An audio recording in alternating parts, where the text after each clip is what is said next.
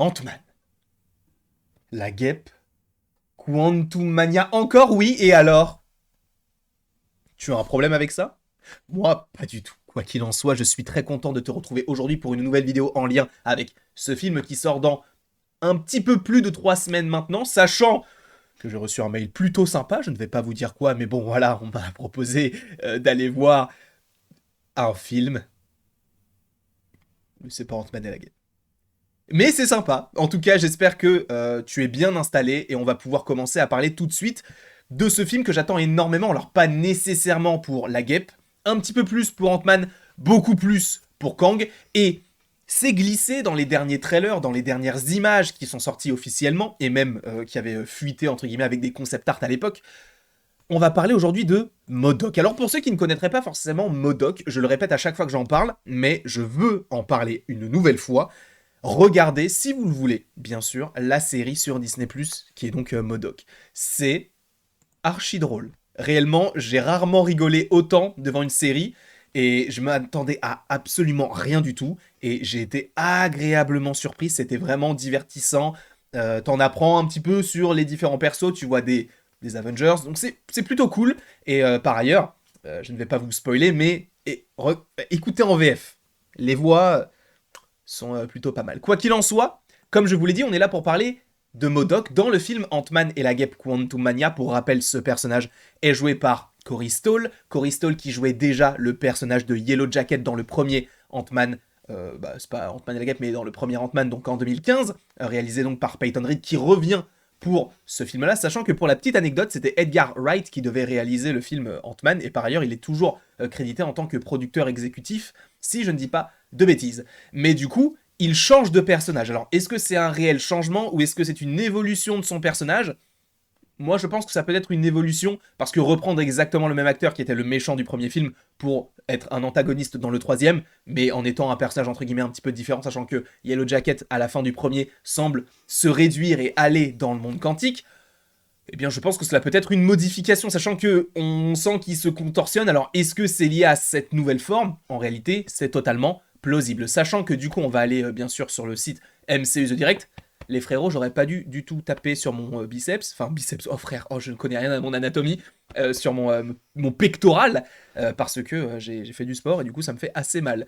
Mais évidemment, le lien de ce site internet sera en description, mais lisons un petit peu tout ce qu'il y est écrit, parce qu'en fait, on nous donne des petits indices, et c'est notamment le scénariste, donc Jeff Loveness, qui va nous donner des indices sur le rôle qu'aura MODOK dans ce film. Sachant, je le rappelle, même si on va en reparler un petit peu après, c'est que MODOK, en tout cas Corey Stoll, va jouer donc ce personnage-là, et ça on le sait depuis, enfin en tout cas, il y avait des rumeurs sur le Patreon de Daniel RPK qui l'avait repartagé, tout en sachant que apparemment il aurait signé pour au moins 3-4 projets. Alors, à voir dans lesquels on le verra. Est-ce qu'on le verra dans Captain America New World Order pour créer enfin le vrai Intelligentsia avec le leader notamment? Je ne sais pas, hein, mais pourquoi pas. Peut-être dans les Thunderbolts, on ne sait pas. Je suppose qu'à un moment donné, il va réussir à sortir de ce monde quantique parce que, a priori, on n'aura pas 3-4 programmes dans le monde quantique sur MODOK. Donc, je pense qu'à un moment donné, il va pouvoir sortir et ce serait assez intéressant de voir tout ceci sur Disney+, ou même sur eh bien, nos salles obscures françaises. Donc Jeff Loveness, auteur d'Ant-Man et la guêpe Quantumania, a révélé ce qui a inspiré la vision du personnage, parce que du coup là on va en apprendre un petit peu plus sur comment est-ce qu'on le verra, de quelle manière est-ce qu'il va évoluer dans le film. Sachant encore une fois, bon attention spoiler hein, bien sûr, mais oui du coup ça avait fuité avec les Funko Pop, même si il y avait déjà un concept art qui était sorti, qui n'était pas forcément ultra beau, et par ailleurs, bon, on va pas se mentir, et c'est vrai qu'on en a notamment parlé un petit peu sur les différents réseaux sociaux, le design de MODOK n'est pas beau, on ne va pas se mentir, mais c'est vrai que c'est compliqué de retranscrire une grosse tête comme MODOK, tu vois, en animation, ça peut paraître un petit peu plus simple, là où, en live action, c'est beaucoup plus compliqué. Du coup, on continue, où justement, on va aller directement sur eh bien, les petites déclarations qu'il nous a proposées dans le magazine SFX. Donc Jeff Loveness a jeté un nouvel éclairage sur la version MCU de MODOK et le petit plus que lui et Marvel Studios ont mis dans le méchant, sachant qu'il va notamment rappeler, je crois, que Kang sera réellement le grand méchant du film, mais MODOK est un petit plus. Excusez-moi du peu, j'ai avalé ma salive de travers. Selon Loveness, MODOK est peut-être ma chose préférée que j'ai dans le film. Donc, ce qu'il a écrit, c'est peut-être ce personnage-là qui lui plaît le plus. Ok. Et a même plaisanté en disant qu'il pourrait se faire virer de The Kang Dynasty quand les gens le verront. Je ne sais pas pourquoi, mais on va lire la déclaration. Évidemment que nous sommes très fidèles aux comics avec le design et le look. Encore heureux, parce que si ça avait été uniquement un robot, ça aurait été très décevant. Là, le fait que ce soit une armure, ça me dérange pas, mais c'est cool qu'ils aient gardé la tête. Alors encore une fois, il faut que la tête soit bien faite, et bon, dans les trailers, ce n'est pas forcément extrêmement beau. Après, évidemment, il faut faire une différence entre les trailers et ce que l'on voit dans le film, parce qu'il y a évidemment une différence, que ce soit par rapport à la qualité de l'ordinateur ou de ton écran, et la qualité d'un écran IMAX, par exemple. Donc, mais ensuite, il y a un petit plus qu'on lui met. Peut-être que je me ferai virer de The Kang Dynasty quand les gens le verront, mais certains de mes moments préférés viennent de MODOK et la dynamique qui s'y trouve. Alors, personnellement, je ne pense pas que ce film soit extrêmement humoristique, dans le sens où, a priori, on sera quand même sur quelque chose d'assez dramatique par rapport à ce que l'on voit dans le trailer, dans les deux trailers, sachant que le deuxième a très très peu de petites connotation humoristique, donc ça c'est plutôt intéressant en tout cas de ce point de vue-là. Et on va continuer parce qu'il continue justement ses déclarations en disant « Je dirais simplement qu'il a été inspiré par Kevin Kline dans un poisson... attends, c'est un poisson nommé Vanda ? C'est ça le nom du film? Je sais plus. Mais je sais que ça finit par nommer Vanda. Et Frank Grimes dans un vieil épisode des Simpsons, cet homme vraiment mis en avant, égoïste, intitulé... bon, je suppose que ce n'est pas forcément la traduction...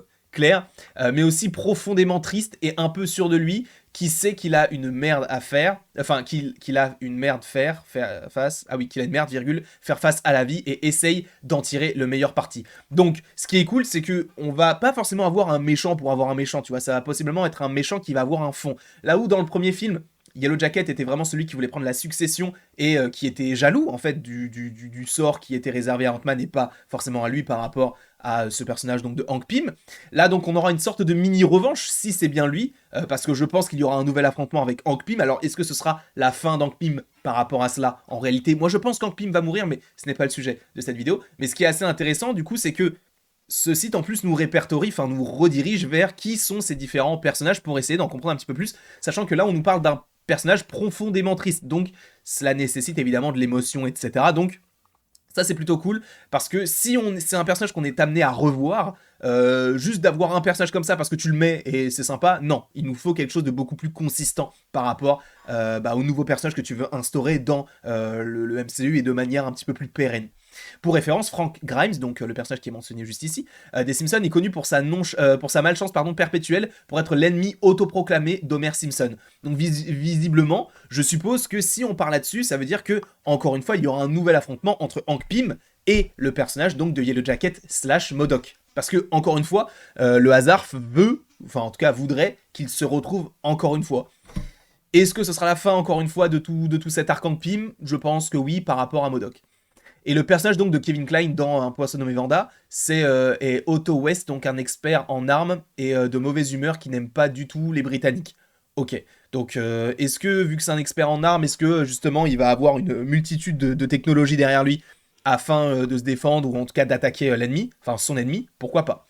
Sachant qu'il continue en disant son ego s'effondrera à la seconde où il sera défié, mais aussi comme Kevin Kline dans Un poisson nommé Vanda, il est assez bon pour tuer des gens, c'est un vrai canon, lâche, je me suis beaucoup amusé avec lui. Alors je suppose que c'est vraiment un personnage qui n'aura pas forcément énormément de force, dans le sens où il sera pas ultra puissant, mais il aura l'intelligence d'agir pour défier ses adversaires et voir du coup les tuer.